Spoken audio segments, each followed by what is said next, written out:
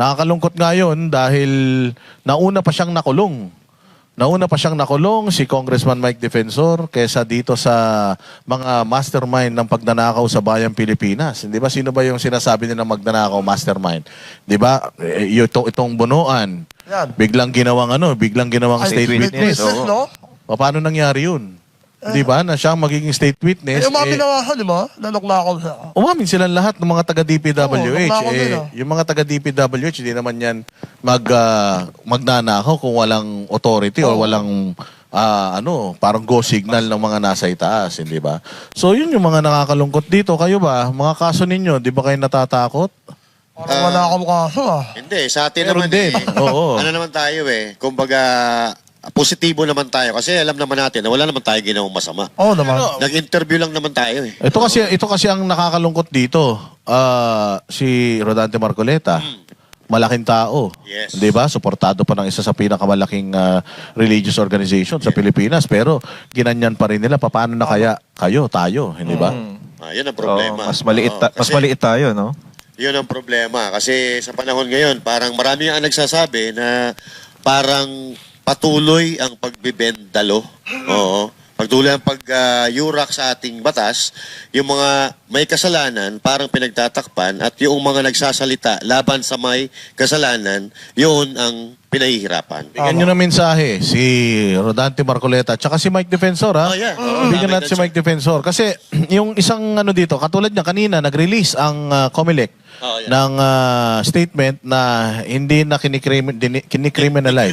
Decriminalizing yung yung donasyon kay Rodante Marcoleta. So ano kaya ang magiging effect nun sa kanyang kaso? Mamaya tatanong din natin yun kay Rowena Gonzon. Pero si Banat, mayroon bang yun, effect Banat, yung inisyo na ni-release ng COMELEC? Tingin mo meron sa kaso ni Rodante Marcoleta? Wala, dahil wala naman talagang reason kahit ano pa eh. Talagang walang dahilan para makulong si Marcoleta. Kahit nga si Mike Defensor isipin mo, plunder case yun Paano ka magkaka-plunder case kung wala ka naman sa gobyerno, hindi ka naman part? Pangalawa, hindi naman pera ng taong bayan yan. Personal yan. Private money yan. Bakit mo sasabihin plunder? So, yung sa COMELEC, wala yan. Parang lang yan. Dahilan lang yan. Pero hindi talaga yan ang ang issue dyan. Sabi nga din ni COMELEC chairman, hiwalay siya sa ombudsman. Ombudsman talaga ang medyo weaponized ngayon, panahon na to. Ombudsman lang ba? Oo, pero yan yung tinatawag nilang Cavite Connection, Ombudsman, DOJ, Ping Lacson, puros mga taga-Cavite yan. Ang mga kinakana niyan, puros mga taga-Cavite. Katulad dyan, sila Kiko Barsaga, di ba? Anyways. Dire-diretso. Yun na nga. At pag-uusapan natin yung mainit na trending na talagang binantayan ng taong bayan. Grabe yung tiwala ng taong bayan sa SMNI. Maraming salamat sa inyo. SMNI na lang naman kasi ang naghahatid ng patas na balita. Kung ano yung lumabas, yun lang yun. Wala nang labis, walang kulang, walang idadagdag, walang ibabawas, kung ano talaga yun. At kapag pinalita ng SMNI, wala yun. Hindi totoo yan. Fake news yan. Objection, ikaw lang pinakamalabo sa SMNI. Objection. Objection. Alam mo. Yes. Your Honor, please. Your Honor, please. Your Honor, please. Sorry, please. Anyway, so yung nangyari na yan, grabe yung live views ng SMNI. Congratulations sa SMNI. Ang daming nanonood at talaga namang balita nga natin. Pati yung defense team at saka pati yung prosecution. Sa SMNI nanonood? Boses ni Admar yung naririnig mo daw sa mga cellphone nila. Yung boses pa naman ni Admar, siya lang ang merong ganung boses sa buong mundo. Tapos doon sa may malaking TV na ganyan sa Senado, SMNI yung pinapanood doon. Mas marami pang views sa SMNI kasi sa Senate, Kasi ang SMNI pinagkakatiwalaan. Ano bang masasabi ninyo? Bago natin ipakilala yung ating magaling na guest, itatanong natin, legal luminary, itatanong natin. Kasi syempre, ang abogado sa amin dito si Coach Oli lang kailangan natin malaman yung mga technical na mga bagay. Pero anong napansin ninyo sa unang araw? Unahin natin si Banat Bay. Yung unang araw, kay objection, di ba? Pinagtatawanan nila yung yung defense kasi daw object ng object. At nagsasabi sila, ba't daw object ng object? Pinaliwanag mo yan sa vlog mo, Banat Ulitin mo nga. Hindi kasi alam mo, yan yung trabaho nung unang kasi pinupunan nila yung pag-object nitong defense doon sa unang witness, di ba? Yung defense ang nag-object. Which is, magtama naman yung kanilang pag-object. Magtataka ka, yung pag-object nitong prosecution, yun talaga sablay na sablay. Dahil makikita mo, hindi pa Tatanong, tanong, oo. hindi pa nagtatanong, nag-object na. Eh, anong ino-object niya? Eh, kaya ka nga nag-object kasi may nakita kang hindi dapat o mali yung pagkatanong. Eh, dito wala pang ang tanong, nag-object na siya. Kaya nga, tama rin sinabi ni Chis Escudero na he sounds na parang desperate. Frustrated. Frustrated. Desperation yung kanyang pakiramdam. Eh, which is kitang-kita naman po natin. Dahil alam mo, mahirap talaga maglagay ng isang witness na walang alam. Yun ang problema eh. Naglagay sila ng witness na butas-butas. Dapat kasi ang papatunayan ng witness, meron talagang grave threat na nangyari. O merong tunay na pagbabanta. Ang problema, para bang inutusan lang? O ito sabihin mo, ito pag tinanong, ito sagot mo. Hindi talaga nag-imbestiga. Tsaka umikot banat bay doon sa umikot sa pagpapatunay na yung video na yon ay totoo, na binanggit nga ni Inday Sara yon. Pero tanungin ko kayo, dininay ba ni Inday Sara yung mga statement niya doon sa Zoom meeting na yon? Hindi naman. Hindi. Hindi niya dininay eh. Wala di ba? denial, So oo. magtataka ka, bakit ipiniresenta pa nila ito as ebidensya na parang sinasabi nitong nakaupo, sino ba yan? Kilala mo yan eh. Pamilya na sa Oo, akin kilala mo yan, Sir Jack Oo. eh. Alam niyo, pumunta ako ng sakto nila, di ba? Oo. Kasama yan sa akin, nakapag-usap sa akin eh. Oo, may naka-close door. Oo. Nagulat ako, kilala ko ito Naka lang, hinala ko sa cellphone ko. Ang dami racket, Ang no? dami mo mura kayo, kayo piligan. Puro mayaman naman yan. Kasi lahat na kayo pura yan, walang wala. Oo. Pero style ng Banat Bay, Coach Oli, yung style ng lawyer ng prosecution, anong masasabi ninyo sa estilo niya? Tsaka yung estilo naman ng defense, anong mga napansin niyo? Ako nakikita ko lang talaga dito, alam naman ng lahat na wala talagang threat. Kasi andun tayo sa Zoom na yun Nung binanggit ni VP Sara, naintindihan natin agad na kung pinatay siya. And I'm sure alam din ng abogado sa kabila yan, ng prosecution. So alam natin lahat yan. Pero syempre, ang purpose nila dito, inamin na nga di ba? Na talagang hindi nila mapapatunayan na may threat. Ang purpose talaga nila dito is babuyin lang si Sara, si VP Sara, para masira sa 2028. So talagang, kumbaga patatagalin nila yan, bababaran nila. Ang masama, nagba-backfire. Instead na nakakabuti sa kanila, lalo silang napapasama kasi nga yung nilabas silang witness, walang kwenta. Pagka natanong ng abogado yan, mauutal-utal talaga yan. Dapat talaga hindi nila nilabas tong witness. Oo. Kasi isipin mo, lalong-lalo na yung tanong ni Cayetano sa kanya, kung may threat, bakit hindi nyo ni-report sa PSG? Oo. Kasi yun ang dapat patunayan na there is a threat. O na nangyari. O merong posibilidad o conditional threat na nangyari. Di sana, sinabi nyo muna doon sa PSG, lalo siyang parang hindi niya alam ang isasagot niya. Parang tama yung sinasabi ng defense na nag-miscript ba ito? Parang ganun. Sana wag nyo na lang pinisinta. Naghanap na lang kayo ba ng ibang magpapaliwanag ng tungkol sa grave threat. Ang nilagay nyo, upaw So wala lalo. Mas lalo nilang nilalaglag yung sarili nila dito ngayon, di ba? Dahil dyan sa witness nila, parang, parang hindi mo alam. Nag-imbestiga ka ba talaga? Kaya nga sabi ng attorney, ng defense na, nag-imbestiga ka ba talaga? Tapos bigla niyang winidraw. Parang hinuhuli niya lang dun sa part na yon yung tanong, na nahulog nga sila. Pare, focus yung camera sa kanya. Pare, Bakit? ang kulit mo sa namin mo? Kamukha mo siya. Kamukha kayo ng witness, Alam mo, Hindi po ako yan, Oo nga. Oo nga, Oo, ibang klase. Pero yung the way kasi na ipinakilala nila itong witness na ito ay isang expert witness. 2 weeks. Oo, expert daw. 2 weeks Oo, na nag-aaral. napakagaling nung para sa akin napakaganda nung pagkakahimay-himay nung defense lawyer patungkol dito sa credentials nitong mamang ito. Alam mo, isang nakakapagtaka rito, nakakatakot dito mga bossing expert siya na IT expert daw siya pero hindi siya nag-aral ng computer. Ang kanyang kurso, nalaman dito, ang kanyang kurso ay accountancy at siya ay isang certified public accountant o siya lisensyadong CPA accountant. So papaanong napasok sa cybercrime division ang isang taong mayroon lang 2-week training. So ano na yun? Expert ka na ba noon? Hindi ba Parang yung training niya pa doon sa kumpanya na parang vulcanizing lang. Oo. Hindi, walang relasyon doon sa digital parang forensic. Oo. Ayun pang yung ginagamit na digital forensics.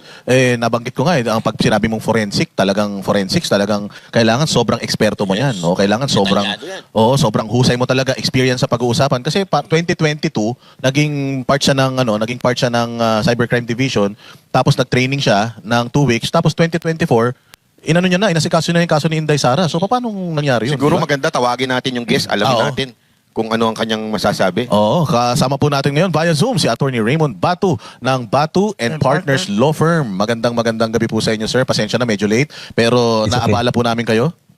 Magandang gabi po sa inyong lahat. At sa Vox Populi po itong famous na podcast station ninyo po at sa lahat po na nanonood ngayon. Bigyan nyo naman po kami ng inyong assessment doon sa mga nangyari dito sa hearing, impeachment hearing. Simulan po natin doon sa prosecution. Sa tingin nyo po ba naging mahusay ang pagganap ng prosecution sa kanilang pagpipresenta ng kanilang witness? Well, actually, ang pag-present nila sa witness nila, in my observation, yung prosecution witness was there to really just to authenticate, no? Yung pong dinownload niya na video, no, from the Facebook page ni Harry Roque. So, yun ang ipapatunay niya. A problem kasi, when nag-present po siya ng purposes, no? Kasi kung bago ka kasi mag-present ng testigo, ibigay mo yung mga purposes, no? Meron na po kasi doong mga purpose clause na hindi na naaayon sa kanyang competency to testify, no? Kasi I think kasi dapat malimit lang yun doon na dinownload niya at pinakita nila ang video. So with that, kita natin ang prosecution, may optics din sila. Kaya na-realize ko rin dito sa impeachment proceedings, hindi talaga purely legal, but talagang mataas din ang presensya ng political. Kasi kung sa korte na regular courts natin yun, ma-objectan talaga yan At saka ma-objectan yung pati yung pagbigay niya ng opinion, no? Ang problema, ang nagtatanong kasi, ang mga senator judges din na, kumbaga, parang napipilitan din mag-explain ang witness, pati ang mga lawyers ng either about ng prosecution or the defense. Now, on the part of the defense, on the first day, I would admit that maraming mga na-overrule or na-deny na mga objections ng defense, no? Which, ang basa ko naman, is that parang, I think, si Chis Escudero, at that time, was playing parang, sige, pagbigyan natin lahat, no? Let the witness answer. And kukonte lang yung na-sustain. But on the second day, yung nag-cross-examination na, ang kabila naman, na-prostrate na nga si Attorney Ligutan dahil nga sa hindi rin makapasok ang kanyang mga objections. By the end of the day, I would see it that the defense performed very well, especially si Attorney Narbasa. Kasi ang nangyari, napaghandaan niya kasi pagka kinabukasan kasi yung cross-examination. So, he had this time to study and really to have this kind of questions, no? So, yun ang observation ko. I think the defense was able to bounce back yung sa cross-examination nila. Attorney, na nabanggit nyo na optics ang nangyari at hindi lang po dahil sa mga legal na proceedings ang nangyari dito. Pero sa tingin nyo po ba nakapuntos sa taong bayan ang prosecution nung nilahad nila itong witness na ito? Alam niyo po, sa ngayon, kung pag-usapan natin, never man talaga nakapuntos ang prosecution even at the time na nasa Committee on Justice stage pa yan. Because, you know, the people would never believe them. Kasi, kapag mag-akusa ka kasi, dapat kasi yung may credibility rin yung mang-akusa ba. And you know the personalities involved na nagpasa nitong articles of impeachment. So having said that, meron pong mga pangyayari na napilitan na lang sila ipasa ito. Dahil wala silang choice, no? But at the end of the day, the fact na nalaman nila na meron pong 16 votes na yung threshold, no? Kasi ang constitutional denominator is talagang all members of the Senate, which is 24. Parang napansin ko lang, parang medyo naging matamlay ang prosecution. But they still have yung kanilang sa court of public opinion sa mga tao, no? So they have to present, no, their evidence na kumbaga ipakita nila but through optics na. Kaya makita po ninyo yung mga the way mag-present si Attorney Ligutan. Kung sa korte po yun, maraming objections, yung mga characterization ng statement, yung repetition ng answer ng witness, inuulit niya ulit bago siya magtatanong. Those matters are simple things, no, but in regular courts, pag objectionan mo, magagalit talaga ang judge. Bakit ka ba nire-repeat mo pa yung sagot? Bakit hindi dire-diretso? You are wasting judicial time, no? That is really in litigation. But since nga political, nagkaroon na maraming optics. Isa pa po na nakita kong optics is yung pamaraan na meron pang manifestation bago mag-present na articles of impeachment. Meron pang tinatanong yung prosecution kung ano ang inyong stand, which are sana para lang yun sa memorandum, no? Kung mag-submit ng prosecution or both parties required to submit their memoranda. Pero ang nangyari, na-advance na kaagad, no? At saka parang yung mga senator judges, especially doon ng non-lawyers, parang nagdadiretso na rin sila sa merito. So, ang aking tingin po talaga, sir, if you will analyze this, yung legal evaluation is there. But ang optics at yung political, mas marami po talaga ang political optics para i-convince yung taong bayan. Kasi they know for a fact that they no longer can convince the impeachment court. Paano man sila makakuha ng 16? 13 nga sila, variable pa nga yung 13. So they know that they cannot get it from the impeachment court. So they are now courting the public opinion. Kaya nga, makita po ninyo, sa social media, paspasan yung trolls, tapon dito, tapos yung mga doon sa allied, no, na kahit na minsan natatawa na nga ako sa mga comments nila, binibend na yung definition. When in fact, klaro naman talaga, literally, and as well as common sense sa pag-interpret ng mga alleged violations, wala naman talagang kaso against the Vice President. Okay, attorney, si Master Julea po, no? Medyo Yes, nagkakaroon po kasi ng kalituhan, no? Nakikita natin yung mainstream media, ang pinipraise nila is yung prosecution team. Pero kung makikita natin sa mga comment section, sa mainstream media, social media, ang pinipraise nila ay yung defense team. Pero sa inyong pananaw po, sa 3-day trial na yon, sino po ang nangibabaw dun?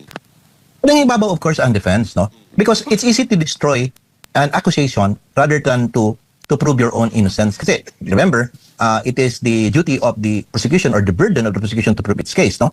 And every time that the defense will try to attack it, ang simple lang man ang kailangan gawin ng defense, this is all politically motivated. Kasi, basic po kasi sa impeachment is that sinasabing, kapag mapatunayan na ito is politically motivated, dismiss na ang kaso or acquitted na po yung respondent because you cannot use this as a tool to remove a political enemy. Hindi pwede eh. It should be based on yung tagang culpable violation of the Constitution at saka yung tinatawag nating betrayal of public trust. Now, talking about mainstream media, hindi naman tayo magtaka niyan. Ako rin ever since talaga yan, panahon pa ni Old Man, PRRD, is that the bias is there. Ang optics nila magbigay doon sa news nila, yung kanilang headline, di ba? Nakaklaro natin na magaling mag-twist ba.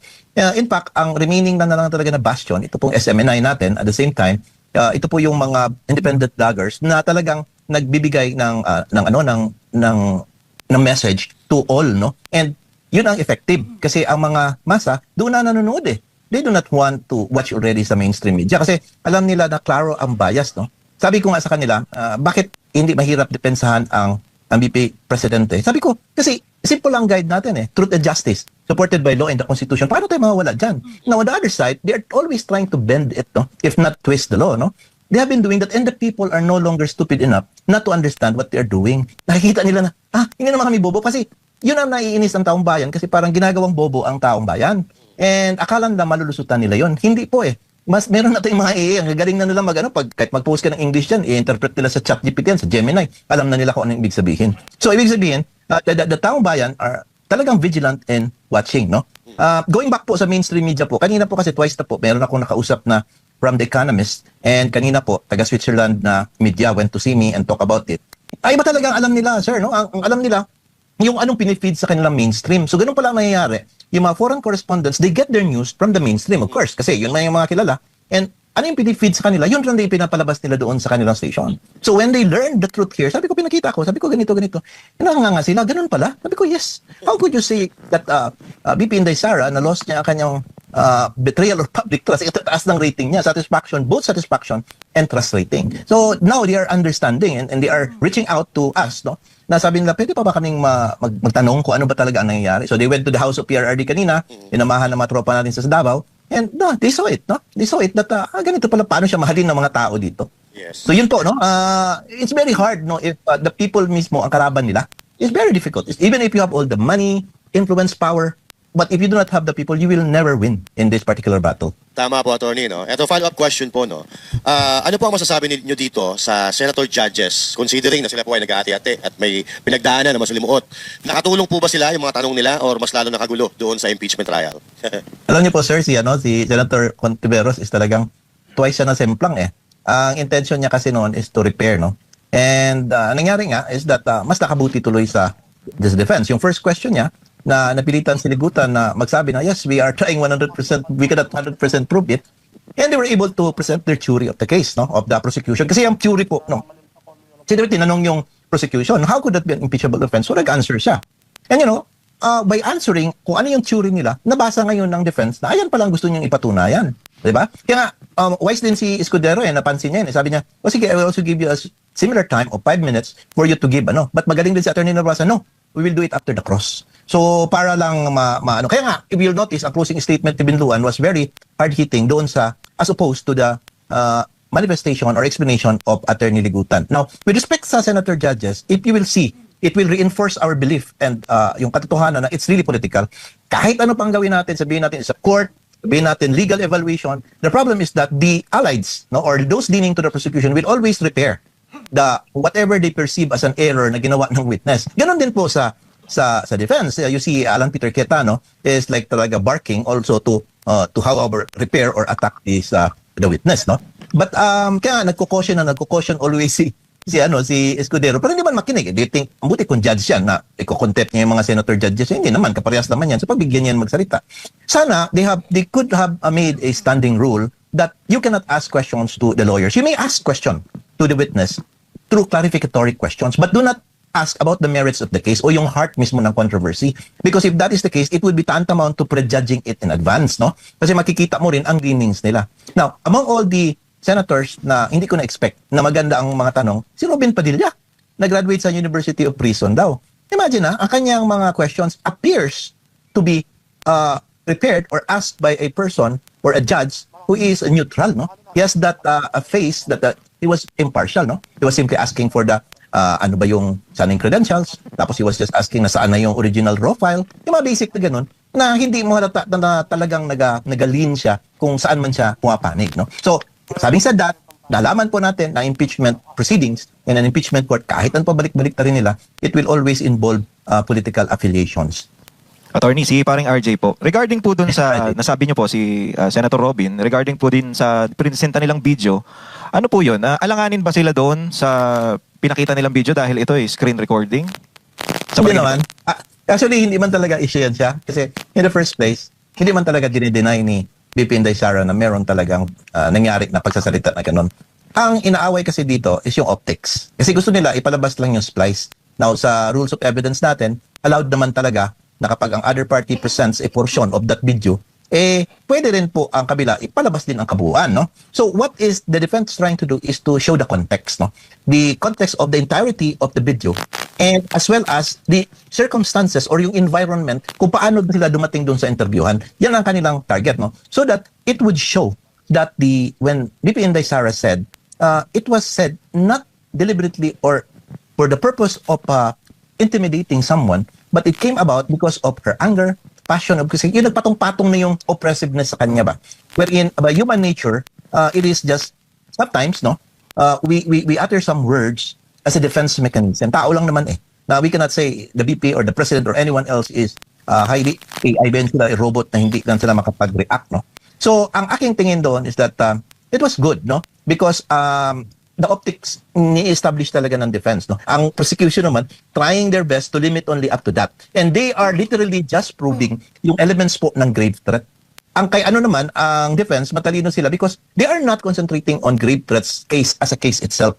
Kasi there might be some wrong in what you said, but ang inatak nila yung tinatawag nating culpable violation of the Constitution and betrayal of public trust. Because remember, these are the grounds to impeach a person, not that grave threat, no? So ano po ba yung culpable violation? Did the officer knowingly violate a specific command of the Constitution? Ibig sabihin, alam niya ba? Alam niya mali. Talagang ginawa niya knowingly, no? So it was just, katulad dito, parang spur of the moment dahil angry siya. And second, kapag sinabi nating betrayal of public trust, yung did the officer or the impeachable official commit an act that is very grave, in bad faith, that it destroyed the trust attached to the office. Yun ang pinoprotektahan ng defense na hindi yun nangyari. Despite the fact na nakapagsalita si BP Inday Sara. Because no matter what we do, tama yung mga statements ng mga lawyers. Bakit hindi na lang, yun, totoo namang nangyari yan? That's true. However, kailangan din talagang i-present yan na properly. Because it is an optics for the prosecution that when they did that, when they got this recording, they did it legally, in good faith, na wala ang political motives. Yun ang ipastablish nila yan. Whereas on defense naman, you got it through with political motive and hindi mo nakuha yung mga original raw file, hindi ka nakapag-interview ng ganito. Kaya nga yung tanong niya, did you really investigate? Diba, parang withdraw siya kasi bawal man talaga yung tanong na yan. No? So yun po ang optics dito. Kaya kailangan pa rin talaga ipaslabas doon. Kaya that's why magtaka sila, bakit patanungin ang competency ng tao nito or expertness nitong tao na to? Not anybody can do that. Dali naman mag-screen record sa OBS. That's true.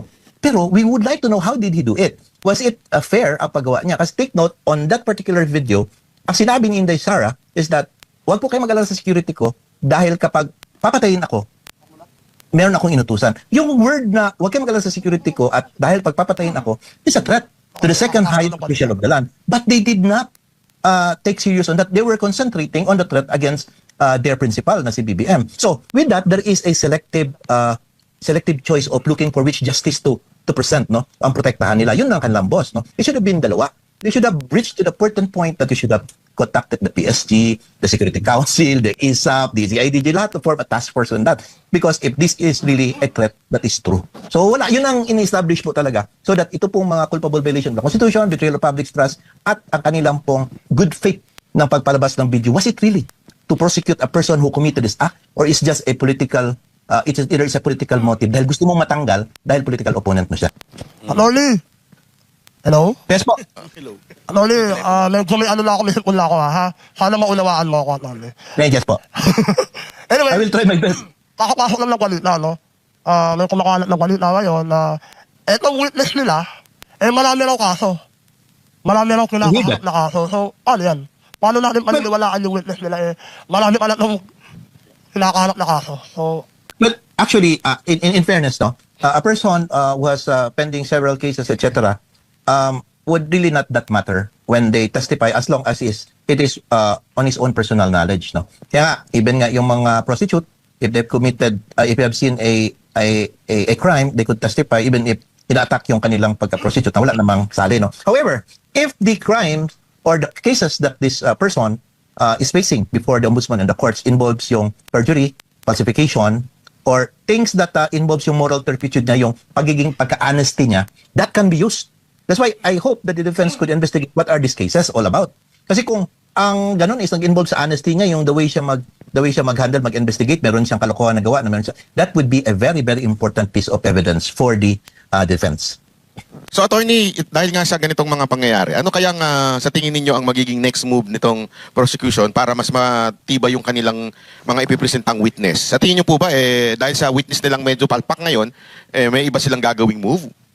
Yes po. I think when I hear that NBI Matibag will testify, I think NBI Matibag will say na they are now in the process or in process of locating now the contract killer, or that they have found the contract killer, or in their, parang ganun ba? It's possible lang ha. Na kasi, nalala po ninyo, nag-investiga daw si NBI Matibag is that meron yata siyang nasabi noon na parang they are trying to determine who is this contract killer. Ayun ang nakakatakot because if really, meron ba talaga? Or baka naman, akin lang, opinion ko, palagay ko, baka Paul Guy, no? O ilalagay doon, mag-mention ng name, no? Or baka si Madriaga, o anyone else. No? But what I'm trying to say is that there are many possibilities. Kasi, nag-iisip ako, ano namang itatestify ni NBI Matibag? Considering that at the time, when these affidavits of investigations were done, all were during the time of NBI Santiago, Director Santiago, no? So ano ang participation ni NBI Matibag? So I think that is yung ongoing investigation nila, or concluded na ba, or ongoing pa ba? Na-determine na ba nila yung sino yung contract killer allegedly. Wala na po akong makitang dahilan kung bakit magta-testify si NBI Matibag. And of course, they are now going also to utilize Zuleika Lopez. Now, why? Because they know na nag-break po si Inday Sara nung hinuli po yan si Zuleika Lopez. So if they feel that they could pressure and elicit something from Zuleika Lopez, baka magkamali si Inday ulit, di ba? Or magkamali si Zuleika Lopez. It's just parang, ako tingin ko parang is more on fishing. Or maybe sabihin niya, ma'am, you were that in video. Katabi mo ba si Inday Sara? Yes. Narinig mo ba siya nag-utter ng words na ganito? Well, actually, no. You just answer yes or no kasi you hostile witness mention. Diba? Parang mga ganun na things, no? Para just to prove that it happened. So, ma-miss out na nila o hindi na nila kailangan i-present yung nag-record, yung nakapag-witness, yung mga affidavit ng mga reporters na hinahanap doon sa 7 grounds na pinadal sa kanya na hindi din nila na-comply pa rin, no? So, it is a technique in order to prove what otherwise, dahil nandoon siya sa loob. So, yun po, nakikita ko ng mga pangyayari. No, akin lang naman is just my imagination of what will happen. I might be wrong, but I think that is the closest because I'm analyzing these people. Ano ba ita-testify nila? Kundi yun lang man. Attorney, speaking of VP Sara Duterte, do you think yung kanilang strategy na hindi pag-appear ni VP Sara Duterte is effective o better na siya po ay mag-appear dito sa impeachment court? Well, ang nakakatuwa kasi, number one is that she is not required to appear. That is clear under the rules, no? And when Attorney Kapunan was asking whether or not she will appear or she will be coming over, I think nabasa ko yung mind niya kasi parang gusto niya emphasize na because if she's here, we will call her as a hostile witness. Hindi man pwede yun. Maybe she will argue that, well, true, if in criminal proceedings, you could say that I have the right against self-incrimination, I cannot testify for you guys, no? But this is an impeachment proceeding, it's mere removal. So ibig sabihin, pwede kang mag-testify kasi sa civil case po, pwede kasi na kapag may dumating yung isang party, pinapatawag as hostile witness, no? So, maybe they'll argue that mabuti na lang, sharp ito si Escudero and say, no, you cannot do that. I will make a ruling. At the same time, I know that mayroong objection din gagawin itong prosecution. Now, as to whether or not mag-appear siya, I would believe that yung kanyang presence po on that day ng cross-examination na kanyang minute ang kanyang defense team, kinausap po niya at sinabihan niya na sa defense team niya na kumusta niya, okay lang kayo, gano'n. That was a sign. It was a message actually. Na at saka nag-quote pa siya ng Unbowed ni Invictus, no? That I'm here to fight. Hindi ako nagtatago. Hindi ko binabaliwala to. Kung yung optics niyo parang wala akong pakialam, no. Mataas ang aking kumpiyansa sa aking mga abogado and they represent me and I'm here. The fact that I'm here, I'm telling you I'm supporting them and I'm fighting this to the end. Yun po ang message na nakikita ko kay BP Inday Sara. Attorney, si Coach Oli po to, no? Speaking of optics, attorney, kasi merong mga lumalabas sa Facebook na 3-0, 0-3, 2-1, ini-scorean nila eh, no? Ngayon, sa inyong paningin, sa inyong pananaw bilang abogado, without considering the credibility nung nagpasa Yes. nung impeachment na ito, anong sa tingin ninyo talaga yung Totoong score. yung score? Yung dito lang kasi may mga nagsasabi na hirap paniwalaan dahil sa social media, kanya-kanyang panig yan. Meron pa nga isang ekspertong abogado, sinasabi lahat sila mali. Eksperto talaga, ha? Oo. Oo, eksperto. Walang tama. May ganun. So, ano sa tingin ninyo score na to? Ako, Panyero, tingin ko ganito. Let's go back to the basics. Na-prove ba yung burden ng prosecution to prove their case, nagampanan ba nila? Actually, it's too early to say eh. But yung first instance na witness nila, marami kasing na-destroy with respect to yung credibility ng tao. No? Wag na lang po yung video because actually nandyan na yan eh. Talagang nakakalat yan siya. But yung paano niya ginawa ang investigation? Paano yung may bias ba? Meron ka bang selective na pag-investigate? Sino nag-utos sa'yo? Sabi niya, above, yung mga ganun things, no? That would somehow effectively destroy yung bias niya that he is not telling the truth on both sides. Kumbaga, may pinapaboran siya. Klaro po yung optics na doon. Establish po yun ng defense, no? And the prosecution should have confined itself doon na sa video so that if the witness would try to explain na matters na not only already involved doon sa ginawa niya. Kasi tumaw lang niya mag-download, mag-preserve, chain of custody, submit sa court, sa Committee of Justice and everything. Kaya nag-more than pa eh, pati yung elements niya ng grave threats, gidiscuss na niya and everything. Tapos sinabi pa niya nung tinanong siya, absolute. Those are mga opinions that are irrelevant or incompetent po siya ngayon. Kasi admittedly, he is not a lawyer and second, he did not investigate as to the fact of filing or determining kung meron ba yung elements ng grave threats or culpable violation of the Constitution or betrayal of public trust. Wag mo na doon. Sa kaso na lang muna na grave threats. Hindi siya kasali. Ang trabaho niya hanggang doon lang sa pag-download eh. So but when he supplied those testimony and everything, it clearly shows na adamant siya to protect, no? Because he felt that he was already being damaged. Kasi po, ang witness po na, sa akin lang, experience, ang witness po na confident sa kanyang testimony, he will just stick to what he is supposed to say. I will not add or supplant. It will damage me. Sabi ko, no, Your Honor, I cannot answer that. I'm not part of that. I will just stick what I did. Hanggang dyan lang po ako. Parang nangyari, naging overconfident, siguro, since nasa spotlight siya, marami nakakakita, nasikat siya, ganun everything. So, nag-supply po siya ng mga informations na hindi po siya competent to say or testify. Yun lang po ang aking pananaw, Panyero. Attorney, o nga pala, hindi po ako attorney. Sige, sabi, Father ko po yung abogado. Pero hindi po tayo abogado. Pero yan Coach, sige, ang Coach. kumbaga kung meron sa aming police character ito, parang ito yung abogado namin, mahusay ito eh. Oo, mahusay. Ako? Oh, ikaw? Ang karakter. Ay, pinagsunan na. Namawa si Atty. Namawa, Namawa si Atty. Good time sa'yo bago magbigay ng last statement si attorney. Oh, maraming salamat, attorney, sa inyong pagpapaunlak. Apo, Alam thank you namin so na much po. napaka-busy ninyong tao, pero pinaunlakan nyo kami at maraming salamat dahil marami po kaming natutunan sa inyo. Ano masasabi nyo kay attorney? Thank you, attorney. Yes po. Ito lang po masasabi ko, magpamatsyag lang po tayo. Remember, dito po sa kaso na ito nangyari ngayon, there are two kinds of court, no? The impeachment court, which is nasa dagat po ng mga politiko yan. Okay? And that is really, but it is a court as stated by the Constitution. Remember, ang nagpapatak po nito mga politicians. And we also have the court of public opinion. Now, in both instance, atin po yung public, ang taong bayan. Atin din po ang impeachment court in a sense that they could not get the 16. Variable pa yung interest dyan. So what I'm trying to say, wag lang po tayong maging complacent or magkumpiyansa. Magpatuloy po tayong magpamatsyag. Ito po ang ginagawa po natin ng Vox Populi, ni Banat Bayan, ni Coach, at saka kayo po, Banatero. So, gawin po natin ito parate kasi the more that we speak, the more people will find courage and strength to follow us. Because the moment that we stop talking and giving this free speech, no, para to protect the person whom we believe na siya po yung magtataguyod sa tamang daan ulit ang ating bansa, madi-defeat ang purpose kung magtatahimik tayo. So, as I always say, the only way for evil to triumph is for good men to do nothing. Magandang gabi po sa inyo lahat. Salamat po. Thank you po, attorney. Maraming Pasalamat din po tayo kay Pastor Kibuloy. Magpasalamat ka kay Yes, Panyero. Panyero. Panyero, Coach. Salamat kay Pastor Kibuloy dahil naimbitahan tayo muli sa KLC of Hong Kong. Anniversary nila, Salamat po, naimbitahan ng ang Yeah, Banateros. Thank you very much, Attorney Raymond Batu ng Batu and Partners Law Firm dyan sa Davao City. Mabuhay po kayo at sana sa susunod mag-guest po namin kayo ulit. Wala po yung mga tago-dago. Pero may tatanong ko sa inyo. Ano, ano? Patungkol pa rin dito sa impeachment. Kamusta ang performance ni ni Win Gatchalian? Sa ano na to? Ang tawag natin kay Senate President Win Gatchalian, ha? Presiding officer. Hindi siya ang presiding officer. Presiding. Pero maganda naman yung pinupunta ng mga Cayetano siblings na sumunod tayo sa batas. Kung gusto mong maging Senate President, dapat panindigan mo. Yes. Oo, hindi mo pala kayang panindigan yung pagiging isang Senate President. Hindi mo pala kayang mag-preside. Ba't nag-Senate President ka Pero pa? grabe ha, hanga ako sa kanya. Kay Gatchalian. Bakit? Hindi ka nahihiya, ganyan ka. Mula simula hanggang ending. Nakakahiya yan. Nakakabagot yan, sir. Nakita nyo yung mga memes, yung mga AI memes sa social media? Oo, alam mo kung ako siguro yan, hindi ako makatulog talaga. Grabe, no? Ginawa sa kanya.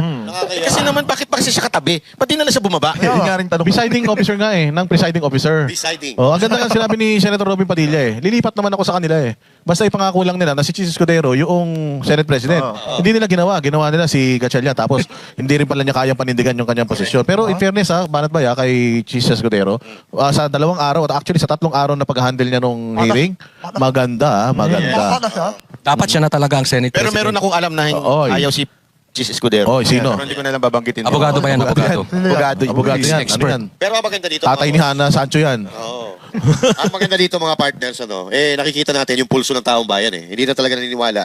Sa tingin ko, kahit ano pang maging resulta nitong impeachment trial na ito, yung utak or isipan ng mga tao ay nakatutok pa rin doon sa flood control. Kasi yun naman talaga Yun naman Ay, talaga ang dapat. pinakamalaking issue sa ating bansa, hindi si VP Sara Duterte. Tama. Itigil na to. Imagine mo, 90 days daw itong magiging hearing na to. Tapos 25 million per day. So, Oo, 2.3 billion daw yan. Ang hinahabol nila. 90 days? 92 days. 92 days kang tutunga nga sa ibabaw? Ibig sabihin, ganyan ang gagawin. Baka mag-ermitanyo yan. Si Senator Waling-Waling, baka maging Panis ang laway mo niyan. Pero kung ako kay... Pero ulit natin ang galing ng pagkawak ni Chis Escudero. Yes. Kasi, galing. kasi rinding-rindi na siya sa objection. Yes. Objection yung isa, di ba? Oo, Sabi niya. ulit Oo. Pero kita-kita rin yung optics mga boss. Yung mainstream media, isa galaw nila Pinupuri nila laging yung... Kaya nga, may buti na lang may SMNI. Yes. Kasi Kaya- kung walang SMNI, kaya pasalamat tayo kay Pastor Apollo Kibuloy Yes. kasi Salamat. nagkaroon siya ng tiwala sa atin na maging part tayo ng SMNI. Imagine, Yes. sino ba naman tayo, di ba, mga normal na tao lang. Itiwala tayo. sa'yo, Itiwala dito kay Jack. Nilang mo naman. Nilang niyo ako. Maraming salamat, Pastor, nakaputi mo. Mga kasama ko. Palagay ko sa amin, okay siya pero palagay ko siya napilitan lang. Pero maraming Awa na. Maraming salamat, Pastor. grabe. Grabe talaga itong SMNI. Pero ito dumadaldal. Si Gatchalian wala tunganga talaga. Mas buti pa ito. Kahit Oo, paano. nga. Pero dapat mag-sign language na lang si Gatchalian, no? Para at least yung sinasabi niya, no? Ni Jesus Escudero, may sign May language. question niya ako yung Gatchalian. Ano ang advice mo sa kanya? Oo. Ako sa... Siya tagapalo, no? Parang agawa nila Mike siya, no? Chris, di ba? Ako na. Papalo ko. Di ba? Alam mo sinong idol ni Okay, Gatchalian? Sino? Lito Lapid. Hindi. Mas magaling si Lito Lapid. Ay, oo. Kala ko walang init yung... Mas magaling si Lito Lapid kasi hindi mo alam kung umaalis siya o bumabalik. Oo. Kasi si Hindi na- Gatchalian, may kita mo siya. Sa camera Hinahan ko sa camera yun. Hindi ko alam talaga. Ako, promise ha. Hindi ko talaga alam na sila nun. Hilito. Anong alam Akala mo? ko Hilito ang Yelsa Promise, hindi ko talaga alam. Oy, by the way, mga partner, Happy may birthday. Oh. Happy birthday kay Sir Marlon. Sir Marlon, happy birthday. Rosete, ang aming bossing, ang aming tatay dito sa SMNI. Oo, happy birthday sa iyo, Sir Marlon. Maraming salamat sa pagkain. Nabusog si Sir Jack. Oo. Kakain na si Sir Jack kanina, pinatayo ni Mama Ana. Sabi, hoy, kakain ka pa? Kaya lang, wala siya ngayon. Wala. So next Thursday uli may kainan. Ay, shit! May lechon uli next week. Maraming salamat kung Marlon. Makakakain ako ng maayos. Maraming salamat Hanggang sa sa iyong dumating ka. pagtsatsaga. Pinagtsagaan mo itong Banatero sa inyong tiwala again, Pastor Kibuloy, Sir Marlon, sa lahat ng buo ng SMNI. Maraming salamat. It's a privilege na maging part ng isang media outlet na talagang patas, nanindigan. Oh, akala ko kasi yung isa Ha? Yung nangikilang nanindigan Sabi niya, sila lang daw ang nanindigan Totoo ba? Ewan ko. Sino yan? Ewan ko ba? Sila lang daw ang nanindigan Talaga ba? pero di naman na yung kaso naman niya, ilayo, di ba? Ewan ko ba? Sino yan? Ay, yung ano? Ang tagal mo bago nag-gets, ha? Sorry. Akala, Akala ko milk small milk ka lang pala yun.